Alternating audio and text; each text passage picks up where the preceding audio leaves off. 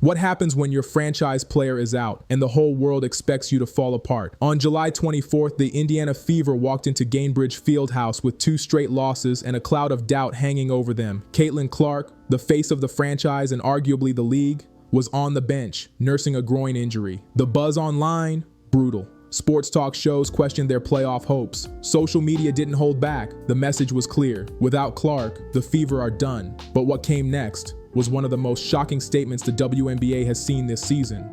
As the Fever returned home, pressure was building. Their 12-12 record didn't tell the whole story. The momentum felt like it was slipping away. The team was being written off as a one-player show. Meanwhile, the Las Vegas Aces, led by 2-time MVP Aja Wilson, were circling this matchup. They smelled blood. With Clark out, this was their chance to pounce and remind the league who the real contenders were. But hidden beneath the surface, something was shifting inside Indiana's locker room. Head coach Stephanie White knew this was more than just another game. It was a battle for their identity.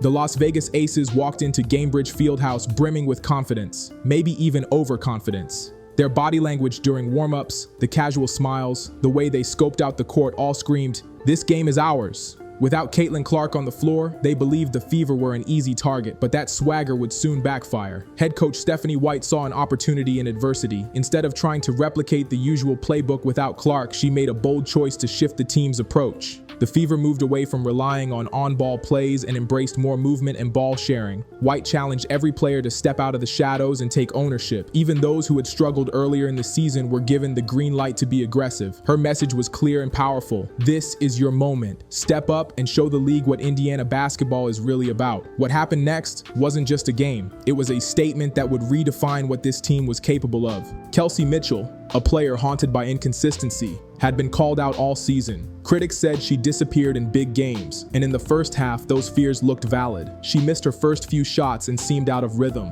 Through 3 quarters, she was just 4 for 19 from the field. The home crowd started to get nervous. Mitchell's confidence appeared shaky, but coach Stephanie White didn't waver. During a timeout, she locked eyes with Mitchell and said, "Let it fly, it's going to go." And with those 6 words, something inside Mitchell clicked. The fourth quarter brought a new energy to the Fever, and at the heart of it was Kelsey Mitchell. After a frustrating start, Mitchell suddenly found her groove. She exploded for 9 of her 21 points in those final 12 minutes, hitting shots that seemed impossible under pressure. Deep threes, mid-range pull-ups, and aggressive drives to the basket. Every basket was a dagger to the Aces' momentum. But it wasn't just the scoring. Mitchell's vision on the court came alive. She added 4 assists in that quarter alone, slicing through the Aces' defense with precision passes that created open looks for her teammates. She wasn't just scoring. She was orchestrating. Her teammates rallied behind her newfound confidence. They set stronger, more strategic screens to free her up. They moved without the ball, creating lanes and opportunities. The entire offense started flowing smoothly with Mitchell at the center. The crowd's energy soared, sensing the shift. Mitchell wasn't just heating up, she was taking over.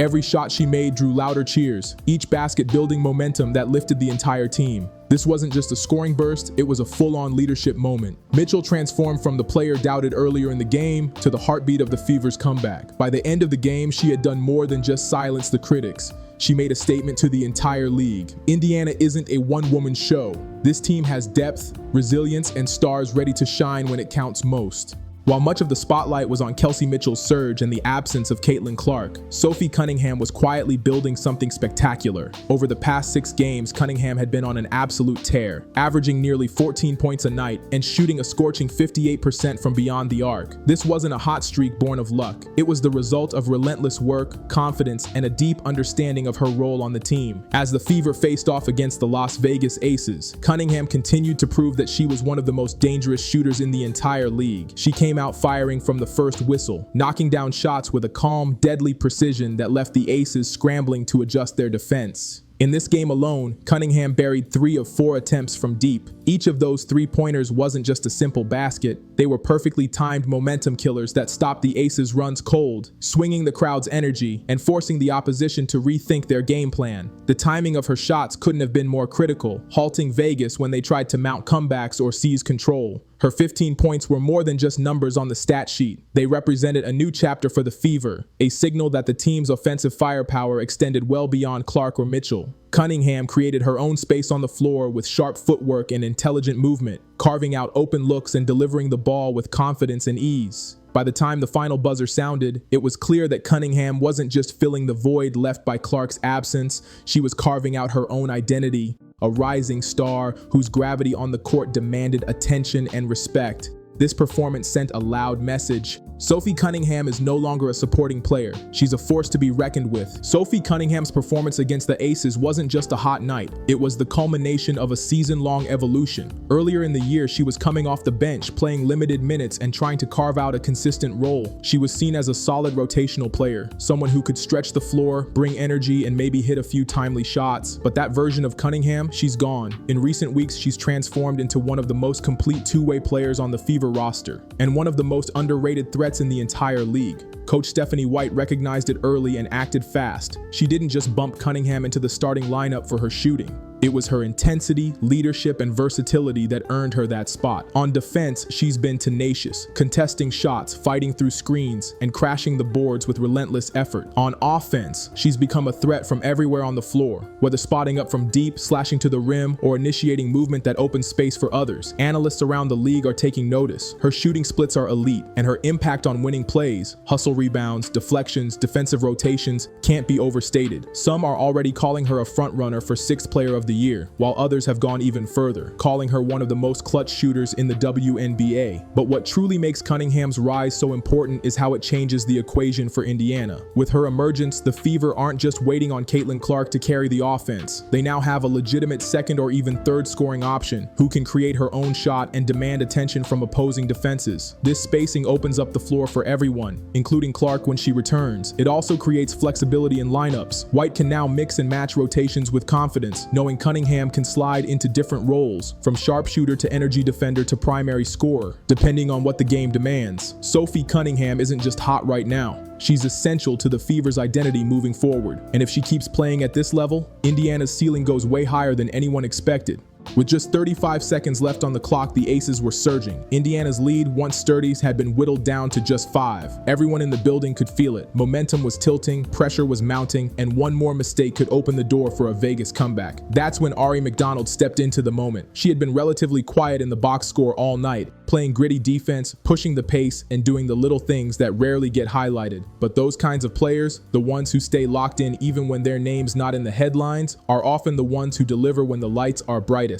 And that's exactly what happened. With the shot clock winding down, McDonald received a swing pass at the top of the arc. She hesitated for just a split second, reading the defender. The crowd held its breath. Then, in one smooth, fearless motion, she created space with a subtle step back and launched a high arcing 3. Splash. Nothing but net. The arena detonated. The Fever bench erupted. Fans lost their minds. And on the sideline, Caitlin Clark, in street clothes, sidelined with a groin injury, jumped out of her seat, fists clenched, screaming in celebration. That shot didn't just seal the win, it was symbolic. It showed that this team, even without their superstar, had ice in its veins. And it proved that Ari McDonald, often overshadowed by bigger names, could be the one to make the biggest play in the biggest moment. After the game, the buzz wasn't just about the final score, it was about that shot. Cameras caught Caitlin Clark hugging McDonald post-game, and when reporters asked about the dagger, Clark didn't hesitate. "That was a cold-blooded shot," Clark said, smiling. "Ari's fearless. We see it in practice all the time. I had no doubt when she let it go." And the confidence wasn't one-sided. When McDonald was asked about the shot, she didn't focus on herself. She pointed to the culture. "That's what we do here," she said. "We trust each other. Caitlin, Kelsey, Sophie, everyone's been lifting each other up. Tonight it was my turn. Next game, it'll be someone else." Ari McDonald didn't just hit a shot, she delivered a message. This team has no fear of the moment, with or without Caitlin Clark on the court. While the headlines were dominated by big shots and offensive explosions, the real foundation of the Fever's win was built on something far less glamorous: defense, grit, and relentless hustle. And no one embodied that more than Natasha Howard. Howard was everywhere. She finished with 18 points and 13 rebounds, but the stat sheet doesn't even begin to tell the story. She battled inside with Aja Wilson, one of the league's most dominant post players, and held her own possession after possession. She boxed out hard, dove for loose balls, switched seamlessly on pick and rolls, and played with the kind of controlled chaos that championship teams thrive on. But what truly stood out was her presence. That unteachable quality of knowing when to step up, when to rotate, when to help, and when to lead.